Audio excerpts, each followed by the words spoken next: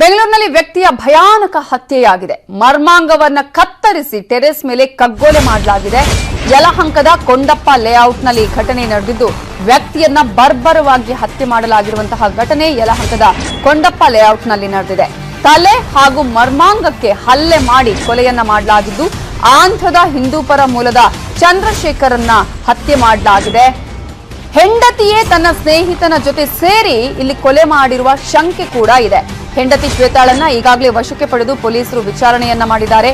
8 ವರ್ಷಗಳಿಂದ ಯಲಹಂಕದಲ್ಲಿ ವಾಸವಿದ್ರು ಚಂದ್ರಶೇಖರ್ ಮತ್ತು ಅವರ ಕುಟುಂಬಸ್ಥರು. ಲೋಕೇಶ್ ಅನ್ನುವಾತ ಅಕ್ಕನನ್ನ ಪ್ರೀತಿಸುವಂತೆ ಹಿಂದೆ ಬಿದ್ದಿದ್ದ, ಆತನೇ ಕೊಲೆ ಮಾಡಿರಬಹುದು ಅಂತ ಹೇಳಿ ಕೊಲೆಯಾದ ಚಂದ್ರಶೇಖರ್ ಬಾಮೈದ ಭಾಸ್ಕರ್ ಹೇಳಿದ್ದಾರೆ.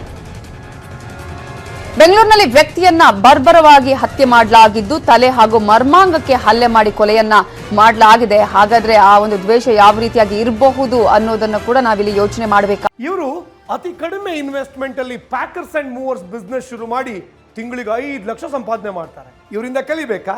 ಫ್ರೀಡಮ್ ಆಪ್ ಅನ್ನ ಈಗಲೇ ಡೌನ್ಲೋಡ್ ಮಾಡಿ. ಆಗುತ್ತೆ. ಈ ಹಿನ್ನೆಲೆಯಲ್ಲಿ ಪೊಲೀಸರು ಈಗಾಗಲೇ ಪರಿಶೀಲನೆಯನ್ನ ಮಾಡ್ತಾ ಇದ್ದಾರೆ. ಆಂಧ್ರದ ಹಿಂದೂಪುರ ಮೂಲದ ಚಂದ್ರಶೇಖರ್ ಅವರ ಪತ್ನಿ ಶ್ವೇತಾಳನ್ನ ಈಗಾಗಲೇ ಪೊಲೀಸರು ವಶಕ್ಕೆ ಪಡೆದಿದ್ದಾರೆ, ವಿಚಾರಣೆಯನ್ನ ಮಾಡ್ತಾ ಇದ್ದಾರೆ.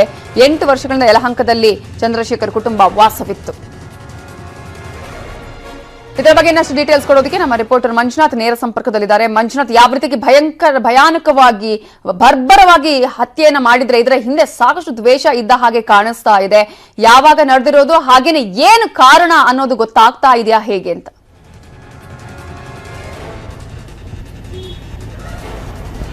ನವಿತಾ, ನಿನ್ನೆ ರಾತ್ರಿ ಯಲಹಂಕ ಠಾಣಾ ವ್ಯಾಪ್ತಿಯಲ್ಲಿರುವಂತಹ ಚೌಡಯ್ಯ ಲೇಔಟ್ ನಲ್ಲಿ ಈ ಒಂದು ಘಟನೆ ಆಗಿರುವಂತಹದ್ದು. ಚಂದ್ರಶೇಖರ್ ಎನ್ನುವಂತಹ 33 ವರ್ಷದ ವ್ಯಕ್ತಿಯನ್ನ ಬರ್ಬರವಾಗಿ ಕೊಲೆಯನ್ನ ಮಾಡಿರುವಂತದ್ದು.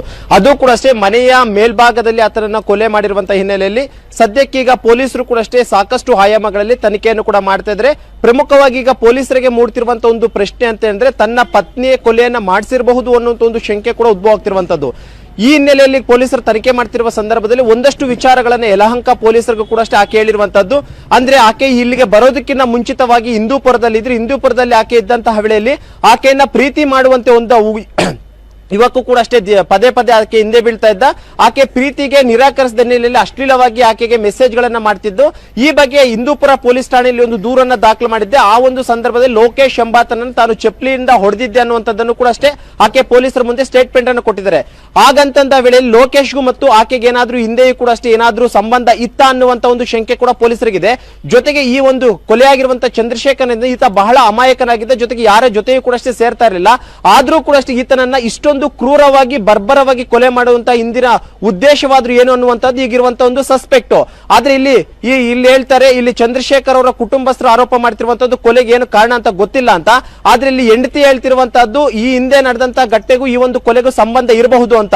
ಈ ಕಾರಣಕ್ಕೋಸ್ಕರ ಈಗಾಗಲೇ ಚಂದ್ರಶೇಖರ್ ಪತ್ನಿ ಶ್ವೇತಾಳನ್ನು ಕೂಡ ಈಗಾಗಲೇ ಯಲಹಂಕ ಪೊಲೀಸರ ಕಸ್ಟಡಿಗೆ ಪಡ್ಕೊಂಡು ನೈತಿಕ ಸಂಬಂಧ ಇರುವಂತಹ ಹಿನ್ನೆಲೆಯಲ್ಲಿ ಕೊಲೆ ಆಗಿರಬಹುದು ಅನ್ನುವಂತ ಒಂದು ಶಂಕೆಯನ್ನು ಕೂಡ ಸದ್ಯಕ್ಕೆ ಪೊಲೀಸರು ವ್ಯಕ್ತ ಮಾಡ್ತಾ ಇದ್ದು, ಸದ್ಯಕ್ಕೆ ಶ್ವೇತಾ ಅಷ್ಟೇ ಅಲ್ಲದೆ ಅವರ ಕುಟುಂಬಸ್ಥರನ್ನು ಕೂಡ ಯಲಹಂಕ ಪೊಲೀಸರು ಇನ್ವೆಸ್ಟಿಗೇಷನ್ ಅನ್ನ ಮಾಡ್ತಾ ಇದ್ದಾರೆ. Navitha, okay, thank you Manjunath ಡೀಟೇಲ್ಸ್ಗೆ.